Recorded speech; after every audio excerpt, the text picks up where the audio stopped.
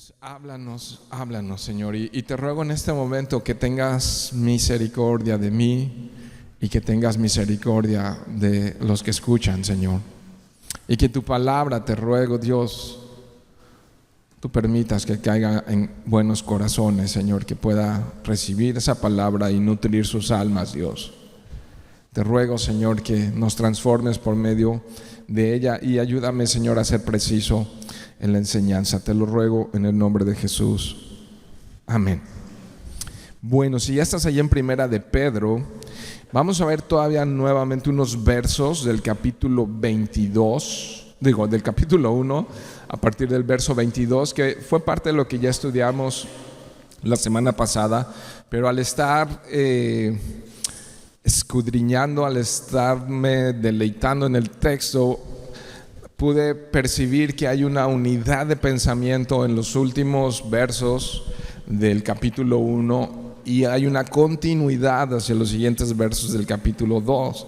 Recuerden que los números grandes y los números pequeños, los capítulos y los versículos, no son inspirados por el Espíritu Santo, no son tan divinos. Entonces alguien los puso para facilitarnos a encontrar los textos. De hecho, comenzaron los judíos hebreos, el Antiguo Testamento ya tenía estos capítulos, y continuaron con el Nuevo Testamento para facilitarnos la búsqueda de los capítulos y los versículos.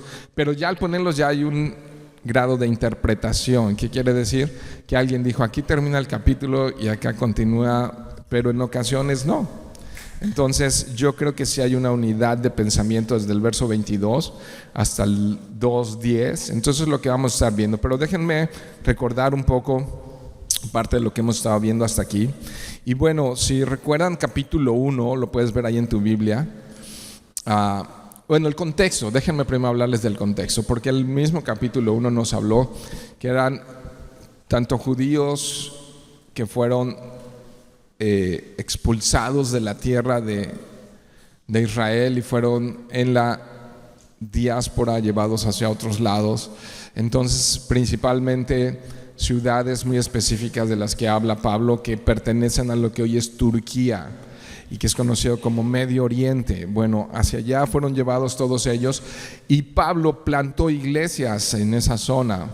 Y esas iglesias que plantó Pablo, aunque asistían judíos, predominaban no judíos, pero ambos, judíos y no judíos, estaban siendo duramente perseguidos por el gobierno, por el sistema, por Nerón. En la época de Nerón estaban siendo cruelmente perseguidos y eso es historia. Entonces, en ese contexto tenemos que ver una iglesia perseguida, una iglesia sufriente, una iglesia pasando por problemas, por adversidad, por dificultades. Y Pedro les escribe para decirles cómo vivir en tiempos difíciles. Amén. Entonces, eso es contexto para poder entender lo que sigue. Entonces, el capítulo 1, así, instrucciones para cómo vivir en tiempos difíciles, les dice: mantengan firme la esperanza que tienen. Y es muy rico ese capítulo 1 en el tema de tener una esperanza real, una esperanza viva, ¿no? Y luego ya empezamos a ver cómo se iba desarrollando eso, y también nos habló allí un poco, capítulo 1, la siguiente mitad del capítulo 1 nos habló de crecer en santidad, cómo vivir como cristianos en cualquier época y en cualquier tiempo, pero especialmente en tiempos donde todo el ambiente parece hostil y contrario a las verdades de Dios. Cómo vivir en tiempos de dificultad, crezcan, maduren en santidad, les dice, ¿no? Textos muy, muy básicos. Dice, por ejemplo, ahí en el verso 17, ¿no? Dice al final: condúzcanse con temor durante el tiempo de su peregrinación, ¿no? Y en el 16 dice: porque escrito está, sean santos porque yo soy santo, ¿no? Entonces ahí es un llamado a vivir en santidad, a vivir diferente al resto del mundo, ¿no? Pero bueno, me regreso un poco hacia atrás. Y entonces dice ahí en el verso 3, ¿no? Está en una alabanza, dice: bendito el Dios y Padre de nuestro Señor Jesucristo, quien según su gran misericordia nos ha hecho nacer a una nueva esperanza, ¿no? A una esperanza viva. Entonces ahí está el primer tema, es esperanza viva. El segundo tema es crecer en santidad.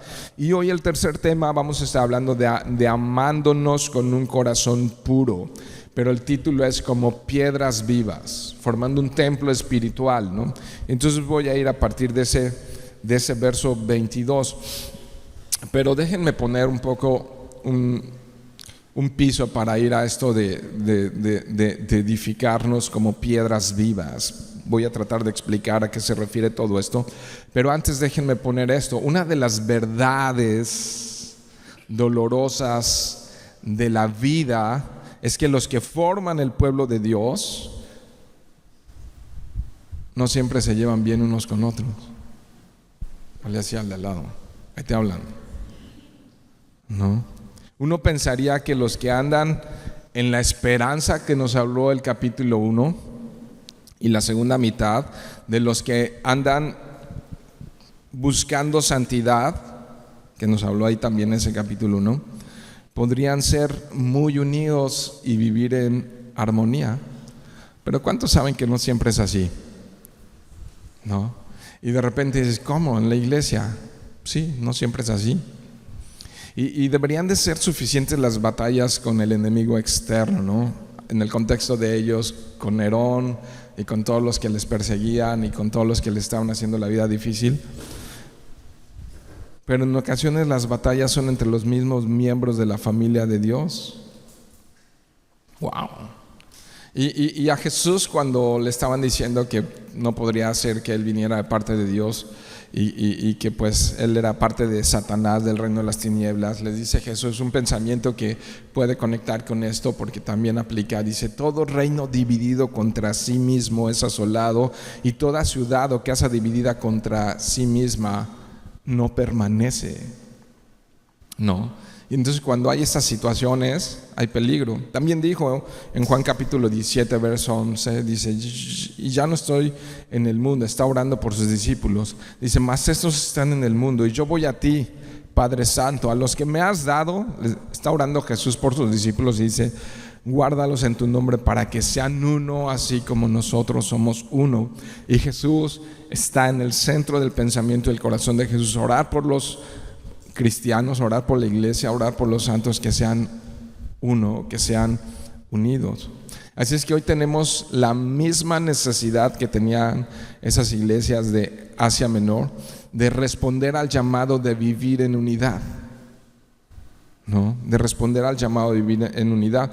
Y entonces en esta sección, por eso lo estoy explicando todo esto, Pedro subraya, remarca la necesidad espiritual de vivir en unidad, y lo hace presentando varias escenas de la iglesia en Cristo, varias fotografías que podemos ver en los siguientes versos que nos hablan de ese tiempo. Y entonces voy allá, se los leo rápido de corrido para entrar en ver toda esa unidad de pensamiento que hay y después la desgloso. Dice el verso 22 del capítulo 1: puesto que en obediencia, dice, a la verdad ustedes han purificado sus almas para un amor sincero de hermanos, ámense unos a otros, fíjense el pensamiento, entrañablemente, de corazón puro. Verso 23: pues han nacido de nuevo, no de una simiente corruptible, sino de una que es incorruptible, es decir, mediante la palabra de Dios que vive y permanece. Ok, chequen ahí, es interesante porque hay muchas cosas que se cruzan ahí hablando de la palabra de Dios, el efecto que tiene la palabra de Dios. Pero luego dice así: es decir, mediante la palabra de Dios que vive y permanece, porque toda la carne es como la hierba y toda su gloria como la flor de la hierba. Se seca la hierba, no, se cae la flor, pero la palabra, ya, ahí está, pero la palabra del Señor permanece para siempre. Y mira esto, esa es la palabra que a ustedes les fue predicada, la palabra, la palabra, la palabra. Y luego el verso, capítulo 2, verso 1 dice: por tanto, lo que ya dijo en esos versos 22 en adelante, por tanto, desechando toda malicia y todo engaño, hipocresía y envidias y toda difamación, deseen como niños recién nacidos la leche pura de la palabra, Otra vez ahí está la palabra, para que por ella crezcan para salvación, si es que han probado.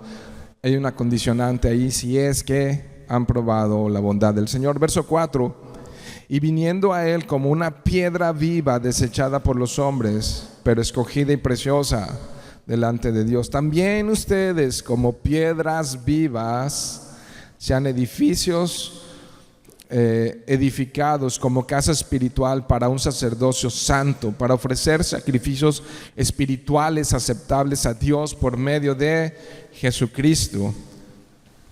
Pues esto se encuentra en la Escritura, y cita: yo pongo en Sión una piedra escogida y una preciosa piedra angular, el que crea en él no será avergonzado. Este precioso valor es pues para ustedes los que creen, pero para los que no creen, la piedra que desecharon los constructores, esa en piedra angular se ha convertido, piedra de tropiezo y roca de escándalo. Pues ellos tropiezan porque son desobedientes ¿a qué? A la palabra, y para ello estaban también destinados. Versos 9 y 10, hasta ahí vamos a llegar.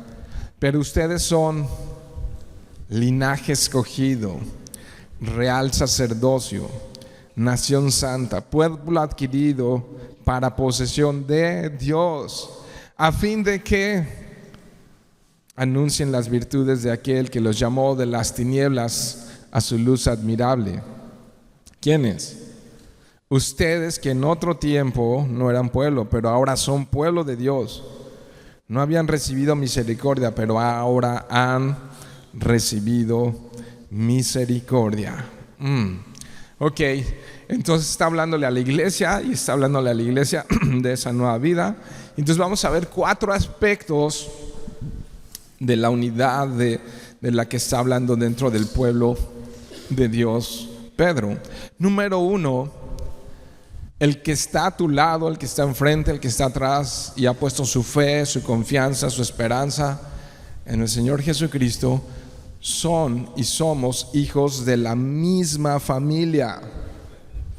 Tenemos la misma naturaleza espiritual, aunque unos no se vean tan guapos como yo. Bueno, eso dice mi esposa, pero aunque unos se vean distintos y piensen diferente en algunos aspectos. Mira el verso 22, estoy llegando en el capítulo 1. Habiendo purificado vuestras almas por la obediencia a la verdad, obedecimos a la verdad. ¿Qué verdad? Vamos a hablar en un momento. ¿Mediante quién? El Espíritu. Entonces ahí hay 2 cosas, la verdad y el Espíritu. ¿Para qué? Para el amor fraternal, tiene función y propósito no fingido. Y entonces la instrucción: ámense unos a otros entrañablemente con un corazón puro, siendo, mira este nacimiento, renacidos. Volvimos a nacer no de una simiente corruptible, sino de incorruptible por la palabra de Dios que vive y permanece para siempre. Entonces, ¿cómo es esto de una naturaleza que se corrompe y otra que no? Verso 24, porque toda la carne es como hierba y toda la gloria del hombre como flor de la hierba. La hierba se seca y la flor se cae, mas hay algo eterno y algo que es otra naturaleza y permanece. Más la palabra del Señor permanece para siempre. Y esta es la palabra que lo especifica muy claramente. ¿Qué palabra? Que por el Evangelio, ¿no? Que por el Evangelio fue a ustedes predicada.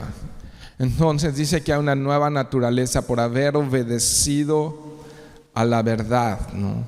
Entonces la única manera de pertenecer a la familia de Dios, ¿cuántos saben que no todos son hijos de Dios? Todos somos creación de Dios, pero Él nos adopta como hijos suyos y nos coloca en una familia espiritual cuando renacemos en el Espíritu. Y la única manera de pertenecer, de entrar a la familia de Dios, es mediante ese nuevo nacimiento por medio de la fe en Cristo. ¿Cómo es eso? Lo acaba de decir: obedeciendo al mensaje del Evangelio, ¿no? ¿Qué dice el Evangelio? Que todos hemos pecado y que todos hemos sido destituidos de la gloria de Dios.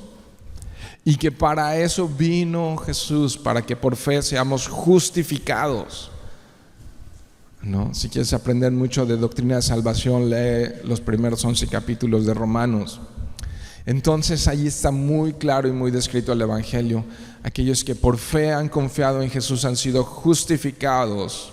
Y cuando han sido justificados hay un renacer, algo diferente ocurre en el Espíritu. Hemos obedecido al mensaje del Evangelio. En el verso 23, ¿no?, nos habla de así como el nacimiento biológico que requiere de dos padres, ¿no?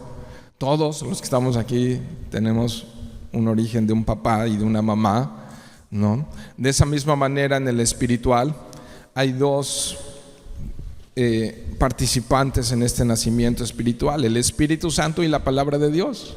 Lo deja muy claro allí, ¿no? En los versos 23 en adelante. Se los voy a leer. Pues han nacido de nuevo, no de simiente corruptible, sino una que es incorruptible, es decir, mediante la palabra de Dios, ¿no?, que vive y permanece para siempre. Entonces ahí podemos ver el efecto de la palabra de Dios. Ese es el nuevo nacimiento que nos da una nueva naturaleza y nos coloca en la familia de Dios, ¿no?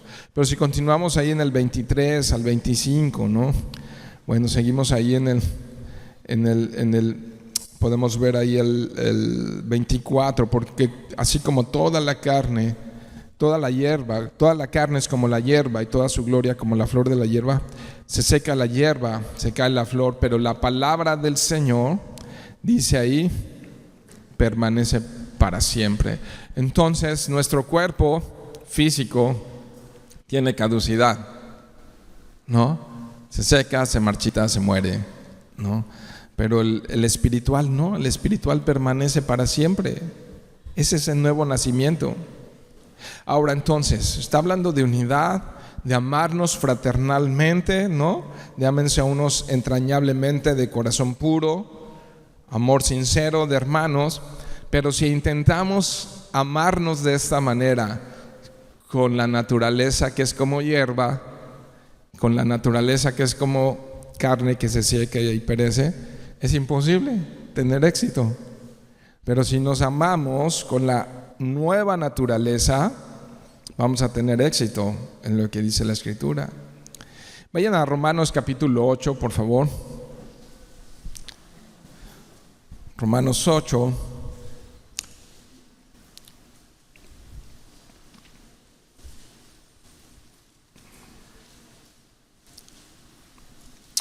¿Ya están allá? Vamos a ver esta distinción entre buscar esta relación sana entre unos y otros en la carne o en el espíritu. Dice el verso 6: porque el ocuparse de la carne es muerte, pero el ocuparse del espíritu es vida y paz. Por cuanto los designios de la carne son enemistad contra Dios. O sea, ¿podemos en la carne vencer? No. Dice, porque no se sujetan a la ley de Dios, ni tampoco pueden. Y los que viven según la carne no pueden agradar a Dios. Entonces, ¿en nuestras fuerzas es posible? No. Pero ¿qué dice el verso 9? Mas vosotros no vivís según la carne, sino según el Espíritu. ¿En tu Biblia está con mayúscula? Hay que distinguir cuando está con mayúscula y minúscula, ¿no? Cuando está con mayúscula habla del Espíritu Santo, el Espíritu de Dios. Cuando está con minúscula habla de como del ánimo, tiene un espíritu amable o tiene un espíritu buena onda, ¿no? Así, algo así. Es si está con minúscula, pero si está con mayúscula es el Espíritu Santo, ¿no? Y entonces dice, sino según el Espíritu, si es que el Espíritu mora en ustedes. Si alguno no tiene el Espíritu de Cristo, no es de él, ¿no? Entonces todo creyente tiene el Espíritu Santo dentro de sí. Y entonces sí es posible amar, como nos dijo el cierre del capítulo anterior, con un amor fraternal no fingido, con un amor entrañable. Esto es fruto del Espíritu Santo. Y aquí Pedro se encargó de poner dos palabras distintas en el uso del lenguaje cuando habla de amor. El amor primero que habla fraternal está hablando de un amor fileos, un amor de amigos, ¿no? Un amor de que disfrutas a esa persona, es tu amigo, pero también habla de un amor ágape, ¿no? Que es el amor, vamos a ponerlo, tan sublime de Dios con el que Él nos amó. Es un amor sacrificial, un amor que puede llegar a dar su vida por los demás, ¿no? Y ambos son fruto del Espíritu Santo. Pero imagínate amor fileos y amor ágape combinados. ¿Qué efecto puede traer en la iglesia? ¿Qué efecto puede traer entre cristianos, ¿no? Cuando se combinan estos dos? Y no hay forma más que a través del Espíritu Santo.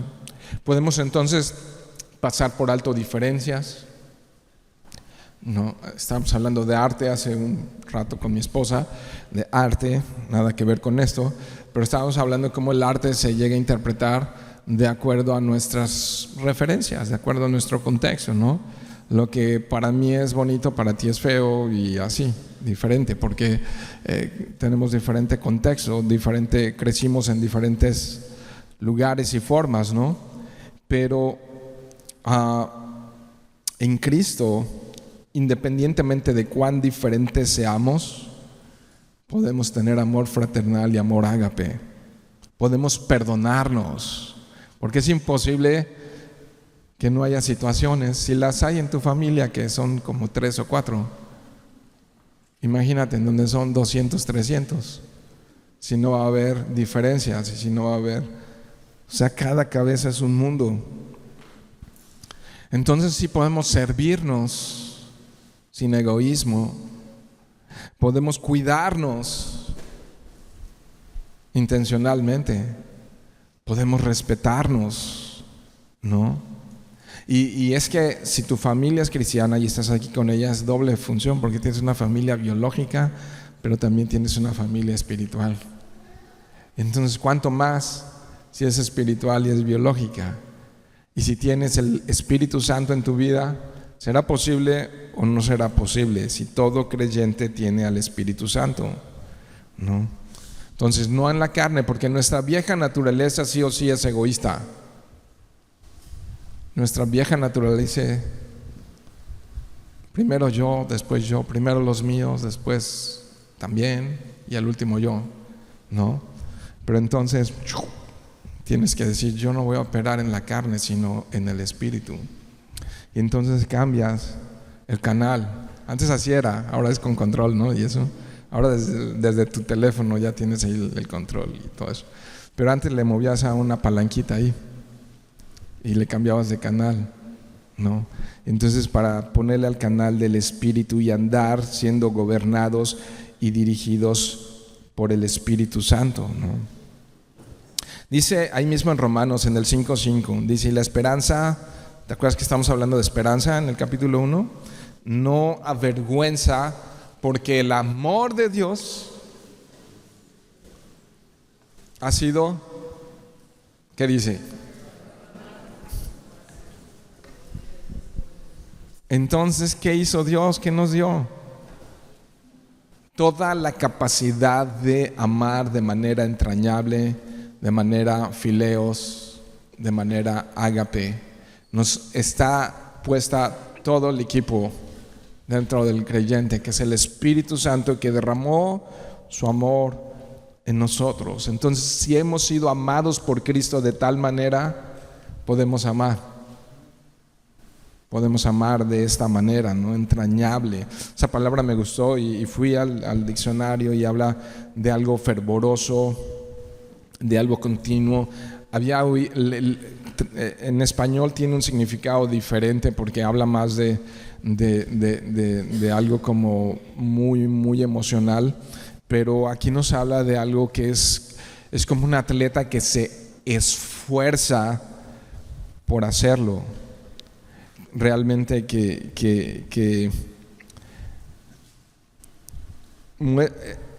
podríamos decir de una manera, para entender este entrañable, que el amor no es un acto sentimental. Es que nuestra cultura, y hablas de amor y es febrero y 14 de febrero y corazoncitos, ¿no? Y globitos y canciones y mariachi y todo eso, pero El amor del que habla la Biblia, este amor del que habla, es un amor que va más allá de un acto de las emociones, es un acto de la voluntad.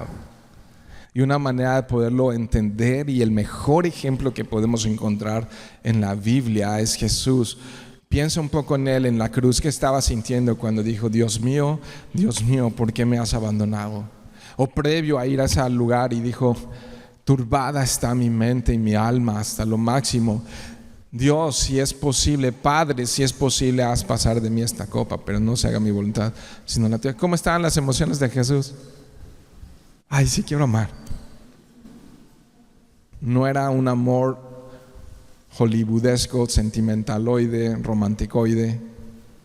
Era un acto preciso de su voluntad. Decido ir a la cruz a morir por él, por ella, por él, por todos nosotros. Amar es un acto de la voluntad. Y si lo vamos bajando a un terreno más práctico, por ejemplo, perdonar, que es parte del amor, es más allá de un acto emocional. Perdonar es un acto de la voluntad. Por ejemplo, perdonar, si tú tienes una deuda en el banco muy grande y el banco hace un sorteo y decide cancelar tu deuda, perdonar tu deuda, ¿a poco el del banco está bien emocionado contigo, así como, oh, es que te amo y te perdono la deuda? No. Cancelar una deuda es un acto de la voluntad. Es un acto de la voluntad. Amar es un acto de la voluntad. Y dista mucho este amor ágape y este amor fileos del amor romántico, que también existe, pero es muy diferente. Entonces sí tenemos que ver cómo el Espíritu Santo nos ha equipado, nos ha dado el amor suficiente. La segunda razón por la que podemos tener este tipo de relación es que tenemos el mismo alimento que nos nutre. Seguimos ahí, vamos al capítulo 2, ¿no? La misma unidad de pensamiento. Desechando pues toda malicia, todo engaño, hipocresía, envidias y todas las detracciones. Desead, como niños recién nacidos, la leche espiritual no adulterada, para que por ella crezcan para salvación, si es que han gustado la benignidad del Señor, ¿no? Así es que si conectamos esto con los versos anteriores, si queremos mostrar ese amor fraternal, no fingido, ¿qué dice el verso 1 que debemos de desechar? Ahí viene una lista: malicia, engaño, hipocresía, envidia, detracciones, ¿no? Desechar, ¿a qué te suena? Ayúdenme, ¿a qué te suena? Eliminar, ¿qué más? Erradicar, ¿no? Y viene la lista y sacar, quitar, no practicar. Y habla de unas actitudes bien pecaminosas, malicia, ¿no? Y eso es una palabra muy general para hablar de perversidad en general, ¿no?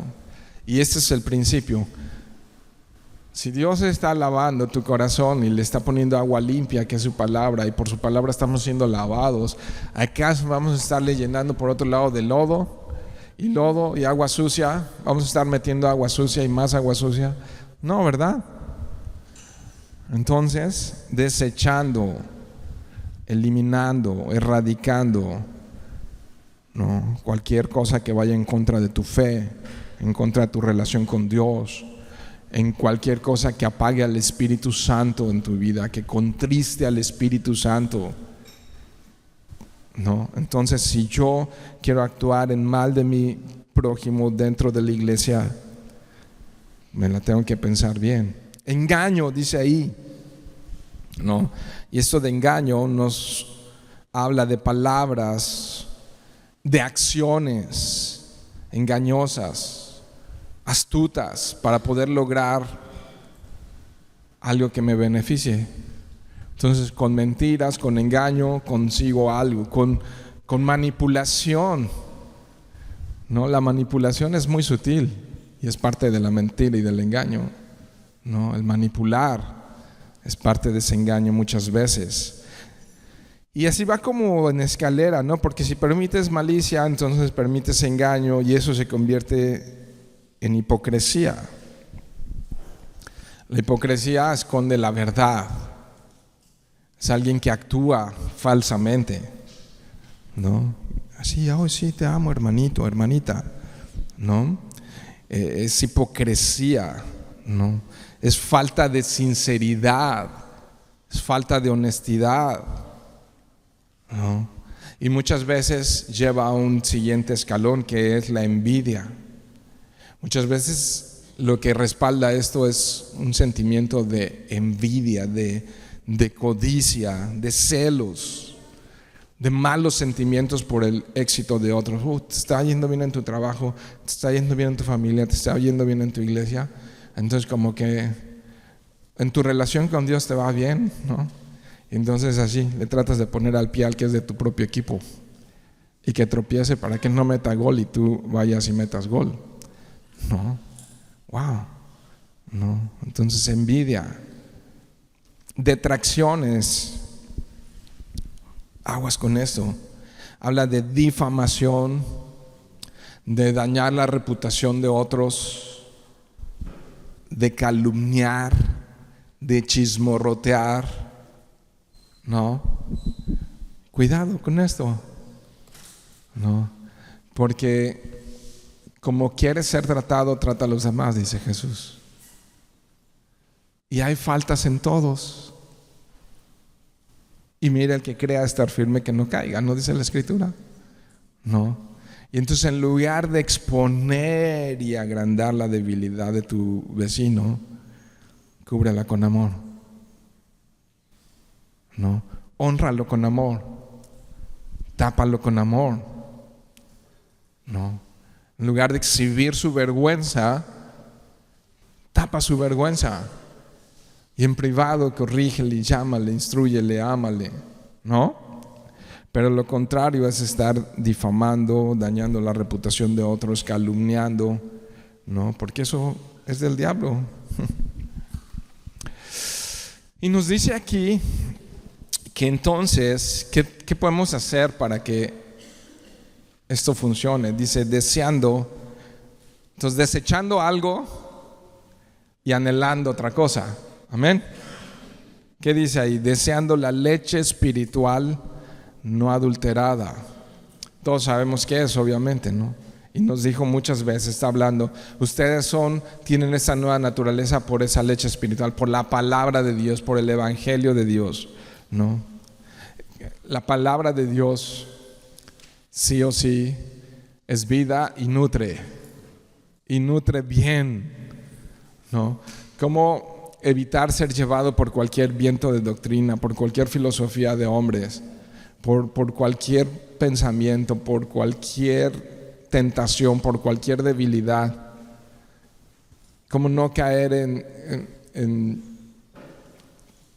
depresión? O sea, la palabra de Dios tiene un poder tremendo sobre la vida de los creyentes, ¿no? Un cristiano débil es aquel que no se alimenta de la palabra de Dios. Y yo estoy muy emocionado que hay un grupo ahí y muchos están tomando otros retos y otros desafíos, pero los que están estudiando escuela de ministerio, estoy emocionado, porque eso es también otro instrumento y otra herramienta de poder ser alimentados todos juntos, comenzando por los que enseñamos con la palabra de Dios, con esa leche que nutre y que da vida, ¿no? Esa leche espiritual que es la palabra de Dios. Cuando estamos siendo expuestos a la palabra de Dios, crecemos, maduramos, ¿no? Cuando estudiamos, fíjate, interesante, pero para estudiar y meditar en la palabra de Dios, tienes que tener una buena gestión del tiempo. Tienes que ordenar tu vida. Porque muchos pueden salir de aquí diciendo, amén, sí, la palabra de Dios. Y en toda la semana no acordarse de la palabra de Dios. Y a veces comienza por malos hábitos, por una mala gestión del tiempo, por una mala administración del tiempo, por no tener prioridades bien establecidas en tu vida. Y eso, como quiera, se llama desorden. Es como salir todos los días a trabajar sin comer, sin bañarte, sin lavarte los dientes, ¿no? Y sí se puede, pero pues qué feo, ¿no? Entonces, alimentándonos de la palabra de Dios, nutriéndonos de la palabra de Dios. Vamos a un clásico de clásicos, 2 de Timoteo, capítulo 3, versos 16 y 17. ¿Qué puede pasar si le meto orden a mi vida, si tengo una buena gestión del tiempo y si en esa gestión del tiempo pongo a Dios primero que nada y me expongo a la palabra de Dios? ¿Qué puede pasar? Dice 2 de Timoteo, capítulo 3, verso 16, que toda la escritura de Génesis a Apocalipsis es inspirada por Dios y mira, tiene una utilidad, es útil para enseñar, me enseña, para reprender, me reprende, ¿no? ¿Qué tan corregible eres? Para corregir, para instruir en justicia. O sea, si no oyes a nadie, pues oye a la palabra de Dios, ¿no? Yo creo que todos tenemos cierto grado de terquedad y yo le ruego a Dios que cada vez esa tremenda terquedad que hay en mí sea cada vez más pequeña, porque no hay cosa más fea que ser un abuelito terco, ¿no? O sea, no quiero, pero Dios escucha esa oración. Pero entonces me corrige y me instruye en lo que es recto, en lo que es correcto, en lo que es bueno, en la justicia. Y mira el 17, a fin de que el hombre de Dios, ahí ponle tu nombre, a fin de que Yoshimi, ¿no? Ahí ponle tu nombre, sea maduro, esa es la palabra perfecta, habla de maduro, equipado para toda buena obra. ¿Qué logra esto en mi vida, en medio de mi terquedad y mi necedad? La palabra de Dios me corrige, me instruye, me transforma la palabra de Dios, ¿no? Y entonces celos, iras, contiendas, pleitos, chismes, herejías y toda la clase de pecados. ¿Y qué dice Pedro y Pablo? No son los picapiedras, son, ¿no? ¿Y qué dice? Deseen como niños recién nacidos. Si es que pertenecemos a esta familia espiritual, ¿no? Como niños recién nacidos, la leche espiritual no adulterada. 3. Entonces, el número 1, ¿cuál fue? Hijos de la misma familia. Número 2, el mismo alimento. Y número 3, somos piedras del mismo edificio. Dice el verso 4, acercándonos a él, piedra viva, desechada ciertamente por los hombres. ¿A quién desecharon? A Jesús.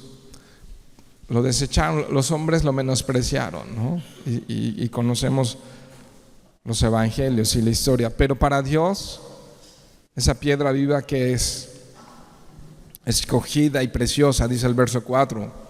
Y luego nos compara en el verso 5, y ustedes también, como piedras vivas, sean edificados como casa espiritual. Este es un símil, como casa espiritual y sacerdocio santo, para ofrecer sacrificios espirituales aceptables por Dios por medio de Jesucristo. Ahorita voy a hablar más adelante de ese sacerdocio santo, pero mira el verso 6, por lo cual también contiene la escritura: aquí pongo en Sión la principal piedra del ángulo. Vuelve a decir cómo es, otra vez lo ratifica: escogida y preciosa. Mira qué interesante, porque cómo nacemos a esa nueva esperanza. El que creyere, ya nos dijo antes, creer en qué, en el evangelio, no será avergonzado. Para vosotros pues los que creen, ¿cuál requisito hay para ser salvo? Para nacer de nuevo. Hay uno solo en la Biblia, no hay más. Es creer. No, es creer. ¿Ok? Dice, para vosotros los que creen, Él es también precioso. ¿Cuántos dicen amén? Pero para los que no creen, la piedra que los edificadores desecharon ha venido a ser la cabeza del ángulo. ¡Wow! No creyeron y es la piedra más importante. Verso 8, y piedra de tropiezo. En esa piedra cayeron, tropezaron, y roca que hace caer. ¿Por qué? Porque también tropiezan ¿en qué? En la palabra. ¿Cuál palabra? El Evangelio lo dijo. No está hablando aquí de la revelación completa de la Escritura, ¿no? Porque cuando usa la palabra escrituras. Aquí está hablando de la palabra, y cuando dice la palabra se refiere al Evangelio, a la palabra que les fue predicada por medio de los apóstoles, si no diría escrituras, ¿no? Y entonces dice, porque tropiezan en la palabra siendo desobedientes, a lo cual también fueron destinados. Okay. Unos escogidos para vida eterna y otros destinados a muerte eterna. Un solo Salvador, un solo edificio, y no es este, es Jesús. Y ese edificio tiene una piedra que lo sostiene perfectamente todo, una piedra angular que se llama Cristo. Y es una piedra viva porque dejó la tumba vacía, resucitó de entre los muertos, y la tumba está vacía. Él venció a la muerte. Entonces lo que sostiene todo, y Él está vivo. No se quedó en una cruz clavado. Él resucitó de entre los muertos, y para Dios es una piedra escogida y preciosa. Pero también se acuerdan que comenzamos esta reunión leyendo el Salmo 118 y el verso 22 es citado aquí, que Él es esa piedra angular que desecharon los edificadores. Y es Dios y es el Padre, y no depende de nosotros, quien destaca que esa piedra es escogida y es preciosa. Y todos esos que tropezaron en Él, Caifás, Anás y toda la clase sacerdotal, y todos los que desde entonces le han rechazado, han encontrado en Cristo un tropezadero, ¿no? Lo rechazaron. Pero ¿qué hizo Dios con Cristo? Lo exaltó y le dio un nombre que es sobre todo nombre, para que ante Él toda rodilla se doble y toda lengua confiese que Jesucristo es el Señor. Y un día todos aquellos que lo rechazaron le verán y se lamentarán por haberle rechazado, piedra viva, ¿no? Mateo 21:42, Jesús les dijo: ¿nunca oyeron en las Escrituras? ¿Y sabes qué hace ahí? En el verso 42 cita lo mismo que Pedro y lo mismo que está en el Salmo 118. La piedra que desecharon los constructores, esa piedra angular se ha convertido en eso, en la piedra angular. Esto fue hecho de parte del Señor, y dice, y es maravilloso ante nuestros ojos. O sea, lo tremendo es que estaban frente a la piedra angular, lo que más esperaban, y simplemente tropezaron en ello, ¿no? Simplemente tropezaron en ello. De hecho, la primera vez que Jesús habla de la iglesia, está en Mateo 16:18, no lo busquen, pero usa el mismo lenguaje que está usando aquí Pedro. Dice, y sobre esto edificaré mi iglesia. Edificar un edificio, ¿no? En ese sentido es la analogía, ¿no? Y yo mencionaba hace rato en la oración inicial que cada vez que alguien cree en el Evangelio, se rinde al señorío de Jesucristo, nace de nuevo, ¿no? Nace de nuevo. Es como una piedra que se extrae de la cantera del pecado y se prepara y se pule y se le da forma, y ahora se coloca en el edificio que Dios está construyendo, es colocada dentro de su iglesia, ¿no? Así es que fíjense cómo Pedro les está enseñando a la iglesia que estaba en Asia Menor, en Turquía. Qué gran privilegio tenemos en pertenecer a la familia de Dios, ¿no? Dice Pablo a los Efesios, así que ya no son extranjeros ni advenedizos. O sea, ya no son de Yucatán, ni del Estado de México, ni de Argentina, ni de Monterrey, ¿no?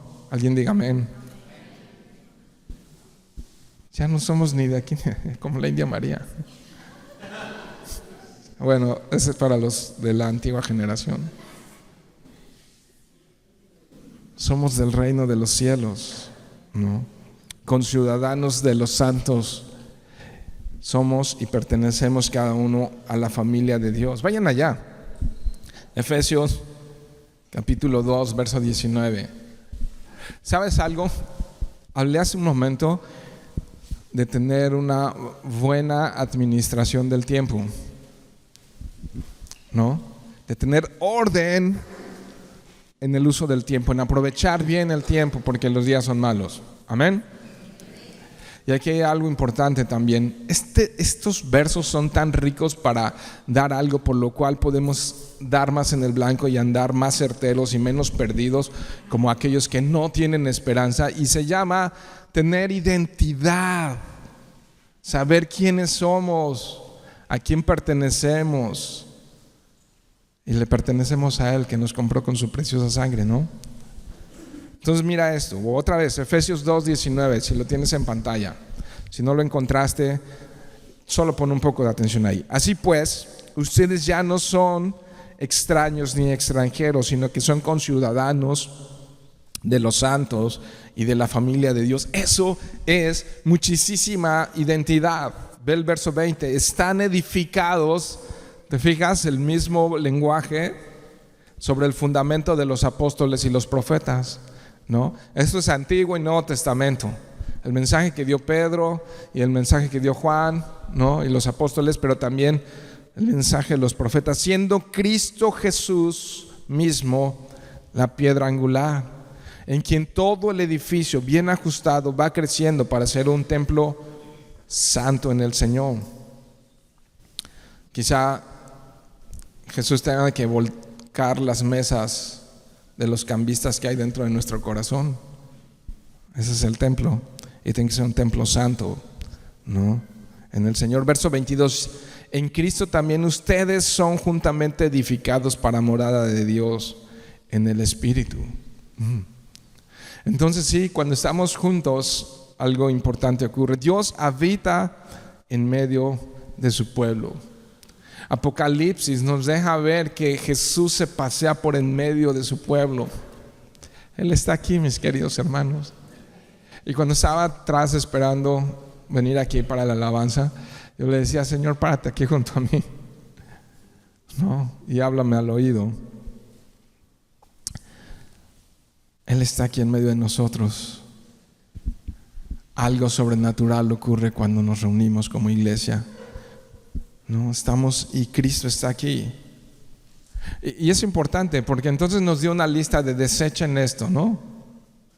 Y cada vez que quisieras hablar mal de tu hermano, o celarle, o ponerle el pie para tú meter el gol, aquí está Cristo. Y se está dando cuenta, ¿no? Entonces podemos trabajar juntos sin discordia y edificar su iglesia para la gloria de su nombre. No cantamos ahorita: tuya es la gloria y tuya es la honra. Cuando entendemos estas verdades, estoy seguro que pintamos una sonrisa en su rostro. Pero si las olvidamos, erramos y lo contristamos. Ahora el último punto, el cuarto. Entonces dijimos que tenemos una misma familia. Tenemos ¿cuál? Mismo alimento. Somos parte del mismo edificio, ¿no? Y entonces el cuarto punto es que también nos coloca como a todos como sacerdotes del mismo templo, y también lo expresa como ciudadanos de la misma nación.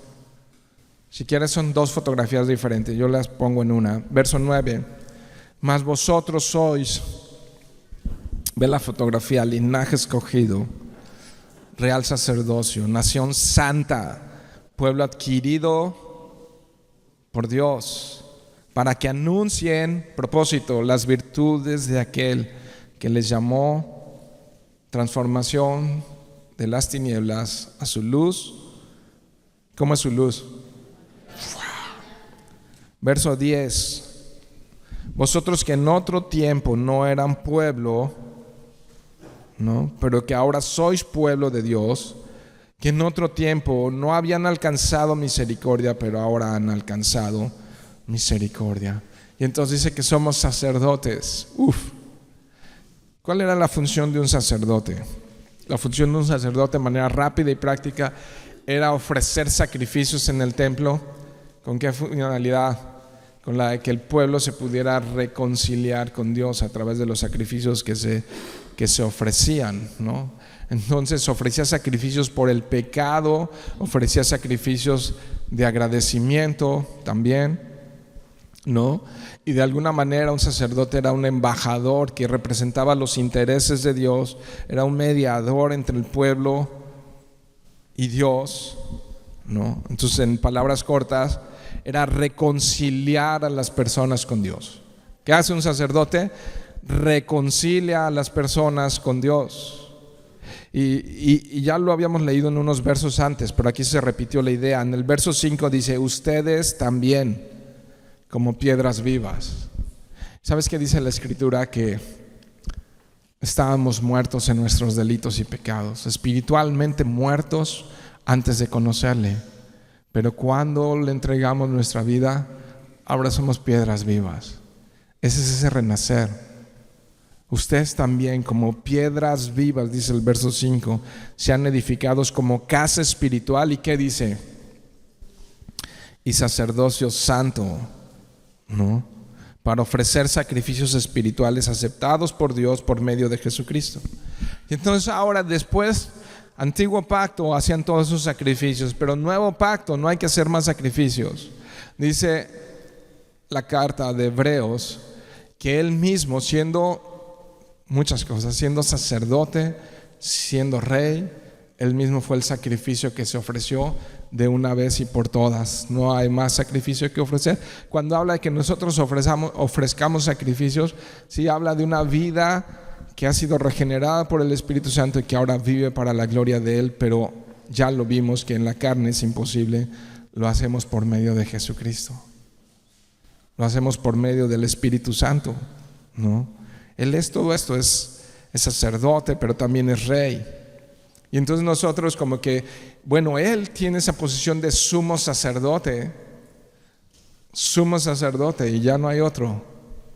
Pero nosotros somos entonces como levitas, como parte de los levitas que servían en el templo para ser parte. Unos recogían la ceniza, ¿no? Y otros lavaban el altar del sacrificio y hacían otras funciones, pero de igual manera. O sea, pero aquí el punto de él nos está hablando de santidad. Nos está instruyendo cómo vivir en tiempos difíciles. Debemos de vivir como sacerdotes, como linaje escogido. Y me gusta esta expresión de linaje escogido, porque es gracia inmerecida. Que tú y yo, y no debemos de menospreciar ni un día nuestras vidas,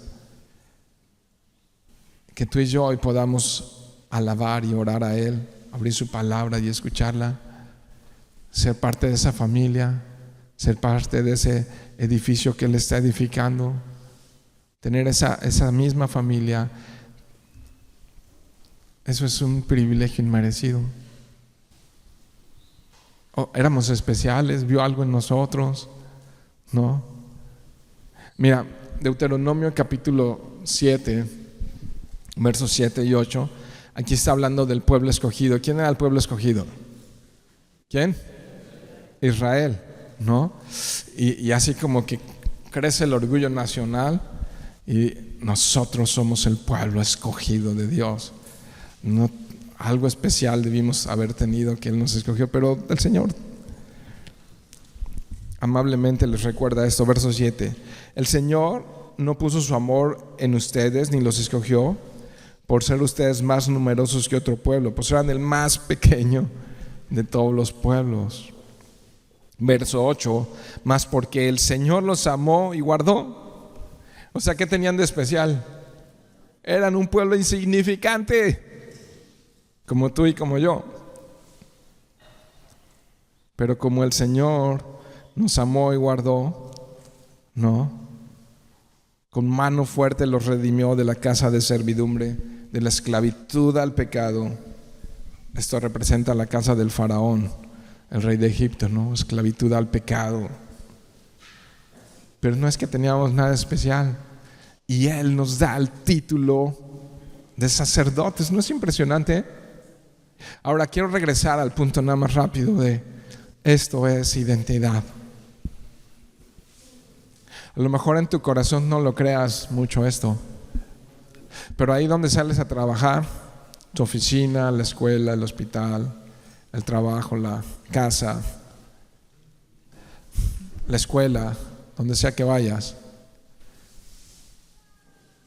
tienes esa investidura de parte de Dios, de sacerdote, y los demás están observando. Si saben que eres cristiano y no eres cristiano de la secreta, no sé si hay esa clasificación pero ahí Dios te ha puesto como sacerdote. Créelo, créelo, créelo. Ahí te ha puesto. Eres linaje escogido. Y no lo digo yo, lo dice Pedro, inspirado por el Espíritu Santo. Dios derramó esa gracia inmerecida, nación santa. ¿Saben qué significa santo? Porque a veces esa palabra la malentendemos. Escogido o apartado para usos exclusivos de Dios. Eso es santo. Separado para Dios. No. Le pertenecemos a Él. Ya nos dijo que nuestra ciudadanía está en los cielos. Pertenecer a esa nación es discernir entre lo santo y lo profano. Vaya, entre lo que le agrada a Dios y le desagrada a Dios. Practicar, escucha esto, iglesia, las cosas que a Él le agradan. Porque somos sacerdotes. Nos gusta mucho la figura de ovejas de su prado, ¿no? Es muy hermoso. Él es el pastor de pastores y nos lleva a pastos verdes y nos cuida de los lobos y adereza mesa delante de nosotros en presencia de nuestros angustiadores. Amén. Y preciosísimo, ¿no? Pero no debemos de olvidar otras partes que tenemos. Nación santa, pueblo escogido, sacerdotes del Dios Altísimo, pueblo de Dios, dice. Cuando lo leí, suspiré, porque esto es pertenencia, le pertenezco. Tengo un amo, tengo un dueño, y es un amo bueno. Le pertenezco al Rey de Reyes y Señor de Señores. Y esto es mi identidad en la vida. Esto es mi identidad en la vida, ¿no? He sido adquirido por Dios. O sea, así, mercado de los esclavos al pecado. Y Dios dice: pago mi preciosa sangre por él. Pagó su preciosa sangre por ti. ¿Lo crees? O sea, todo esto significa trasladados del reino de las tinieblas donde vivíamos al reino de luz. Ahora, ¿qué vamos a hacer? ¿Vamos a seguir viviendo como si viviéramos en tinieblas? ¿O vamos a vivir como nación santa, como pueblo suyo, pueblo adquirido? Es que sí, la palabra adquirido tienes que pensar: ¿con qué me adquirió? ¿Con qué me compró? No, nos compró por un valor que no se puede cuantificar. No hay cifra que podamos imaginar lo que cuesta su preciosa sangre. Y eso pagó por ti y por mí. Nos compró, nos adquirió. Pero todos sabemos que entonces tenemos privilegios, pero también tenemos responsabilidades. Y ahí dice, a ver, busca en esa última parte qué responsabilidad tenemos. Hay un para qué.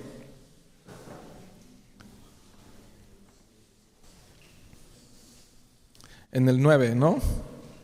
Sí, ya lo están diciendo. ¿Para qué? Para que anunciéis las virtudes de aquel que os llamó de las tinieblas. Entonces, no solo identidad, sino tenemos una gran comisión. No solo identidad y pertenencia, sino también propósito. Esto es muy importante, porque si tienes este propósito en tu vida, no te vas a ahogar y desanimar en las banalidades de la vida. Vas a luchar con todo lo que tienes en la vida para casarte.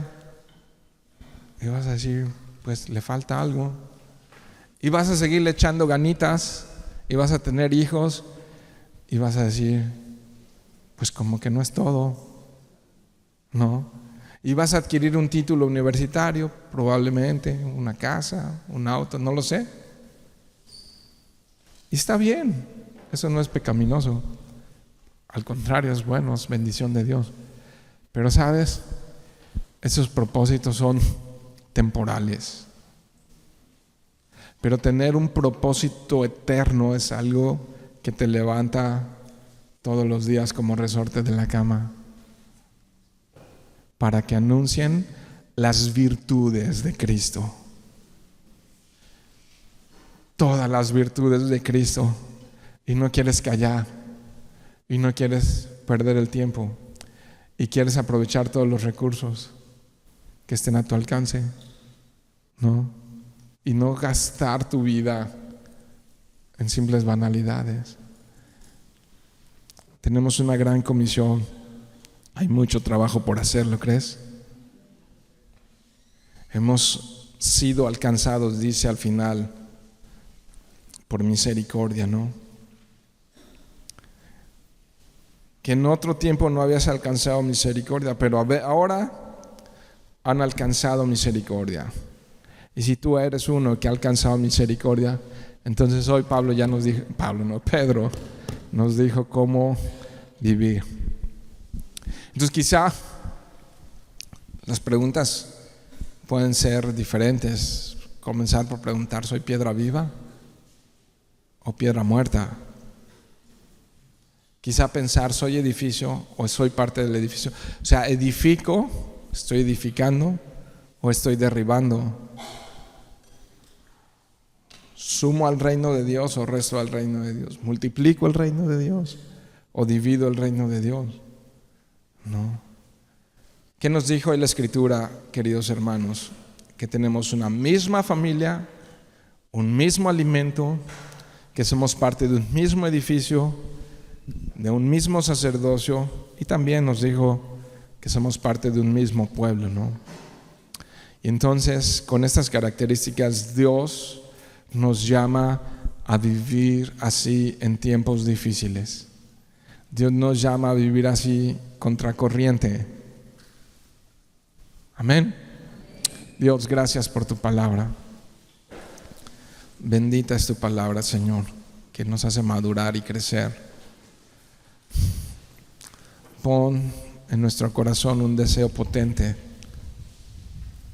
que no nos podamos resistir al deseo de correr a tu palabra, Señor, como lo más deseado, así como un niño recién nacido que llora y patalea, no, y nada lo calma hasta que no bebe esa leche que le nutre y que le hace crecer. Así haznos anhelar tu palabra, Señor, para que por ella crezcamos para salvación, Dios, para que por ella seamos cristianos fuertes y maduros, para que podamos ser esa nación santa que te representa, Señor, ese pueblo escogido, adquirido por ti, Señor. Gracias por escogernos, Señor. Gracias por escogernos, no lo merecíamos, Dios.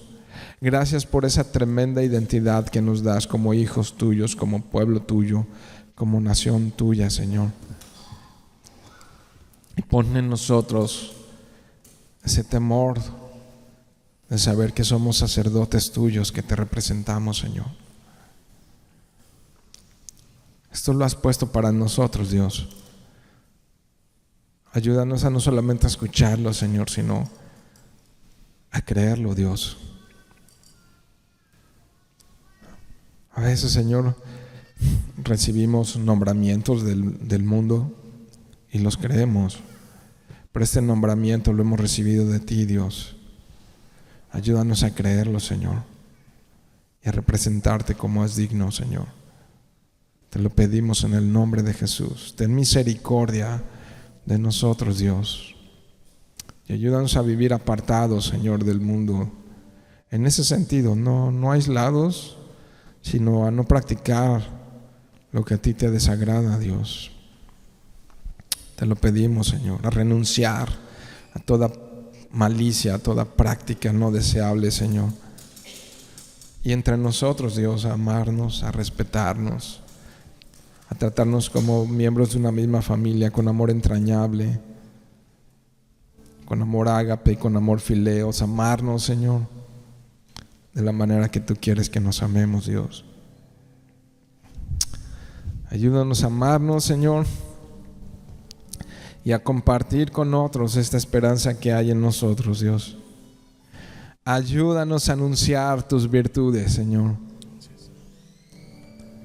Ayúdanos, guíanos, empodéranos con tu espíritu para compartir tus virtudes al mundo que está allá afuera y que tanto necesita. Y te ruego, mi Dios, que por medio de tu Espíritu Santo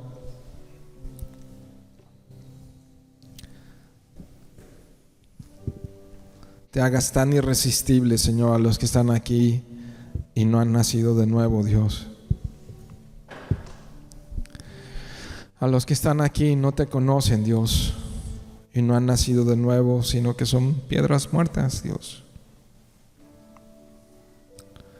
Que hoy sea el día, Dios, que puedan decir delante de ti: creo en ti y te entrego mi vida.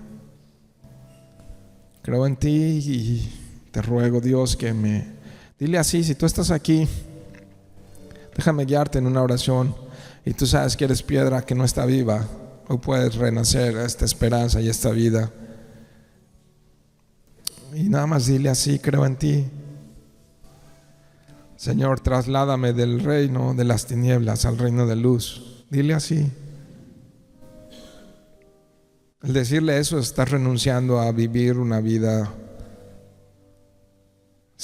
libremente pecando, sin temor de Dios. Y cuando le dices: trasládame a tu reino,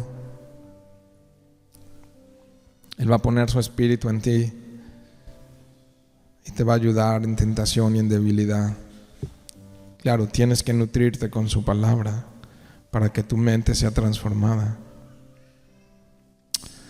Pero dile así: trasládame hoy del reino de las tinieblas al reino de luz. Creo en tu palabra, creo en tu Hijo Jesucristo. Dile así. Y algo que a lo mejor no lo percibas, o sí, no lo sé,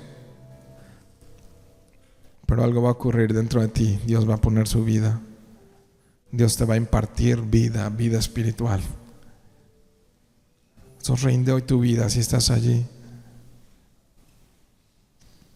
No te esperes al día de mañana. No sabes qué pasará el día de mañana. Hoy es el día de salvación para ti. Entonces, no te resistas a su amor. Padre, y gracias, Dios, que también esta mañana podemos adorarte con nuestras ofrendas, Señor, y lo hacemos con entendimiento, con agradecimiento, en amor y en obediencia también. Sigue sosteniendo y cuidando esta iglesia, Dios. Te lo pedimos en el nombre de Jesús. Y Padre, bendice a cada uno de mis hermanos que están aquí, Señor. A todos, al resto, Señor. Bendíceles con toda bendición espiritual, Padre, te lo ruego. Y así, Señor, como en alguna ocasión pediste a Moisés, Señor, que orara por el pueblo, así está. Mañana te pido, Señor, bendíceles y guárdales, Señor. Haz resplandecer sobre ellos tu rostro, Señor. Ten misericordia de ellos y de mí, Señor. Y alza, Señor, tu rostro sobre nosotros. Te lo pedimos en el nombre de Jesús. Amén.